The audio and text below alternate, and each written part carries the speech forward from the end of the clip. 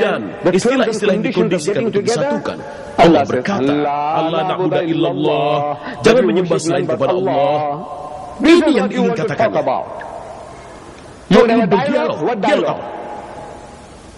Sudah sering melakukan dialog itu dengan umat Kristen. Salah seorang misionaris Kristen mengatakan kepada Hotwash. Dialog yang dilakukan antara orang Muslim dan orang Kristen adalah hotwash. Kalian tahu hotwash? Yaitu saat kita mandikan babi dan dia akan kembali lagi ke air wudhu. Itu yang dikatakan misionaris Kristen itu. Dan kurasa aku harus setuju dengan itu. Hotwash, menggertak orang-orang. Dialog. Apa yang mereka maksud dialog? Allah menyuruh kita untuk berdialog dengannya. Dan Allah mengatakan apa yang harus dibicarakan. Bukan harga minyak.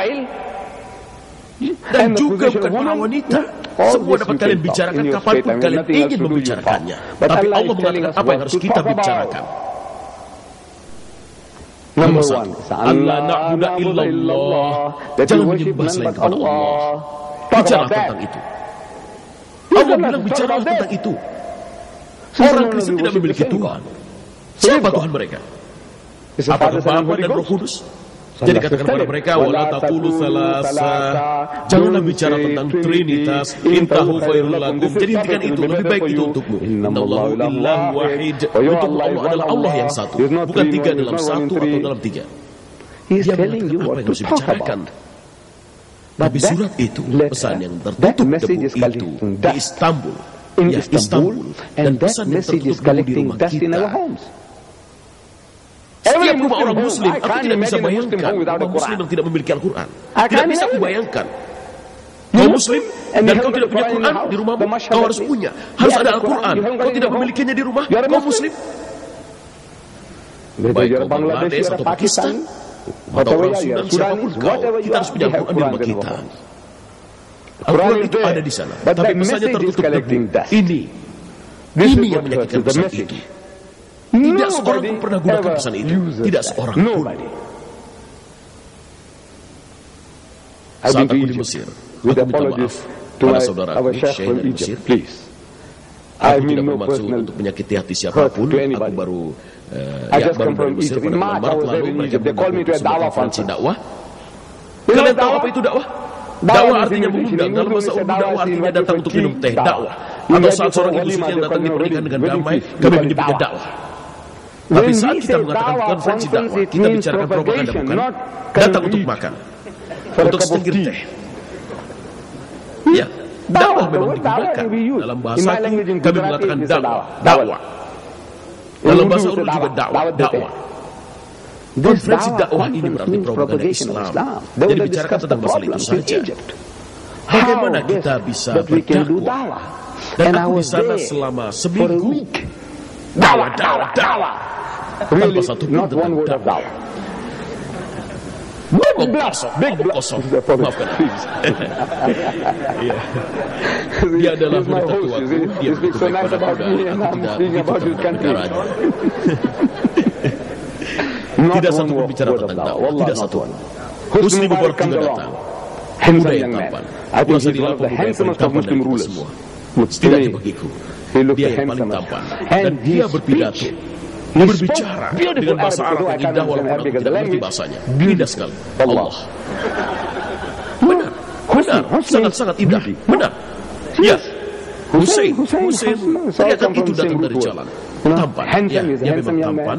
Dan dia memulainya. Aku mendengarkan. Dia kira-kira seperti ini. Kuntum khaira ummatin ukhrijat linnas ta'muruna bil ma'ruf wa tanhauna 'anil munkar wa tu'minuna billah. Dan seterusnya. Dia tidak menyelesaikan ayat itu. Aku tidak tahu apa manfaatnya. Dia hanya bicara tentang satu hal. Kemudian dia hanya menyelesaikannya. Jadi dia hanya membaca sebuah ayat tersebut dan melanjutkan ke hal lain. Dan ini terjadi berulang kali. Ya, berulang kali. Bukan hanya Husni Mubarak, tapi juga Mubarak yang lain sama. Orang-orang membaca ayat setengah-setengah seperti seperti yang dilakukan orang-orang Kristen. Orang Kristen melakukan hal yang sama. Mereka membalik.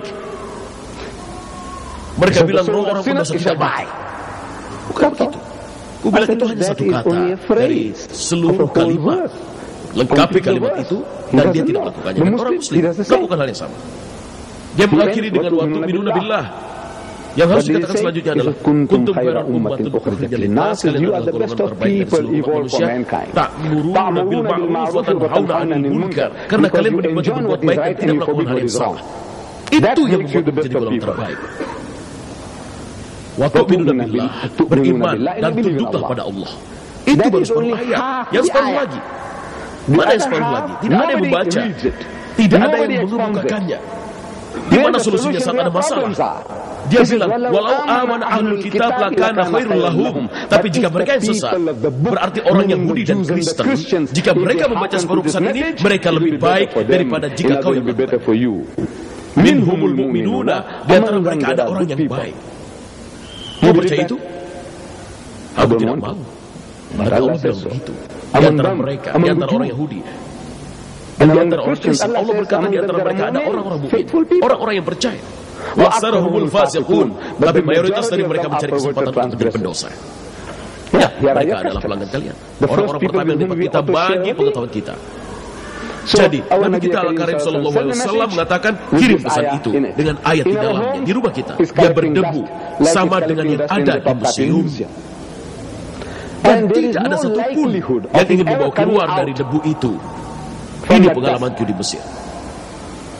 Ya, inilah pengalamanku. Salah satu negara besar di Mesir. Selama 1400 tahun, Islam memegang kendali di sana. 1400 tahun. Dari awal sekali sampai sekarang. Kecuali saat bertahun-tahun terakhir, saat Prancis datang, saat orang-orang Inggris datang. Tapi dari semua itu, orang-orang Muslim bertebaran di Mesir sejak 1400 tahun lalu. Bisa kita menyangkal itu? Tapi di mana dakwah? Orang-orang Kristen di sana menempatkan 10 juta orang Kristen. Mereka bilang 20 juta.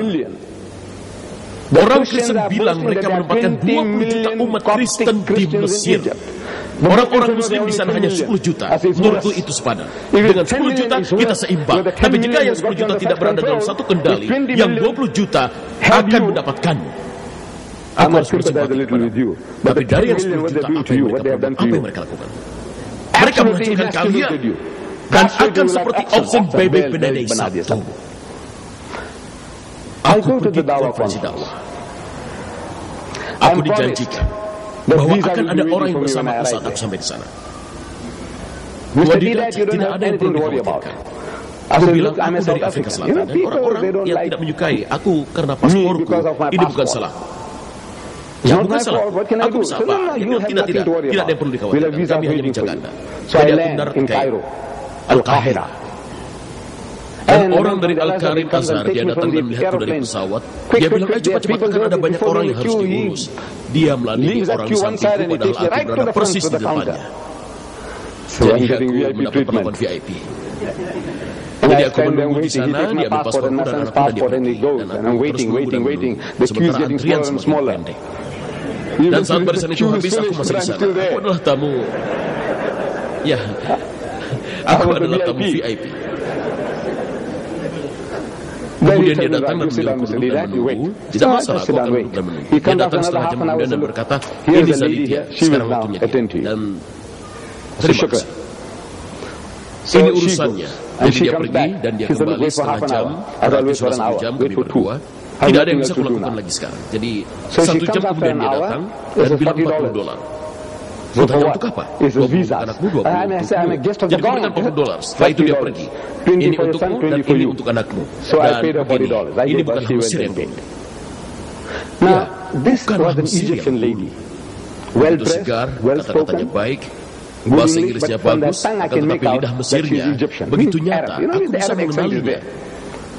Jadi setelah semua selesai, aku tanya padanya dengan bahasanya, yaitu bahasa Arabik. Asal Ismuki. Ya, aku harap aku tidak salah. Baik Ismuki, siapa namamu? Dia berikan namanya yang aku tidak bisa ingat, sesuatu yang tidak pernah aku dengar sebelumnya. Kau tahu dalam pikiran manusia ada sesuatu yang menghubungkannya sehingga dapat selalu menetap di sana. Sesuatu yang dapat diingat, harus ada sesuatu yang indah untuk diingat. Dan tidak ada yang indah dari kata-kata yang dikeluarkannya untukku. Jadi kutanya padanya, anta muslimah? Dia bilang, tidak, aku Kristen. Jadi kutanya kepadanya tentang Yesus Kristus sebelum berangkat. Dan ini berarti dia pelanggan kita. Setiap muslim